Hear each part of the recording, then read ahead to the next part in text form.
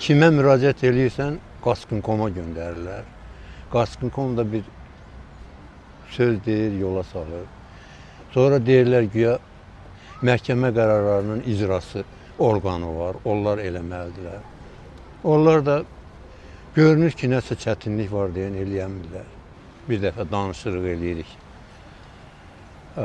Onlar deyirlər ki, yox, biz çıxmırıq, bizə ev versinlər, nə bilim nə. Burada onların Yaşıldərə deyilən yerdə, sən özün bilirsən, Sumqayıtsan da, evləri var. Məhkəmə araşdırması onu ortaya çıxardıb.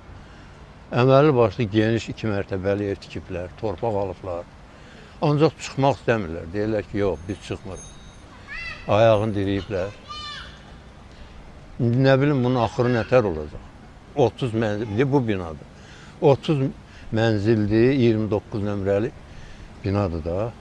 30 mənzilin 30'u da zəbt olunub hamısı. O zaman bunları kimsə yönəltdi, gəldilər, doluşdular evə.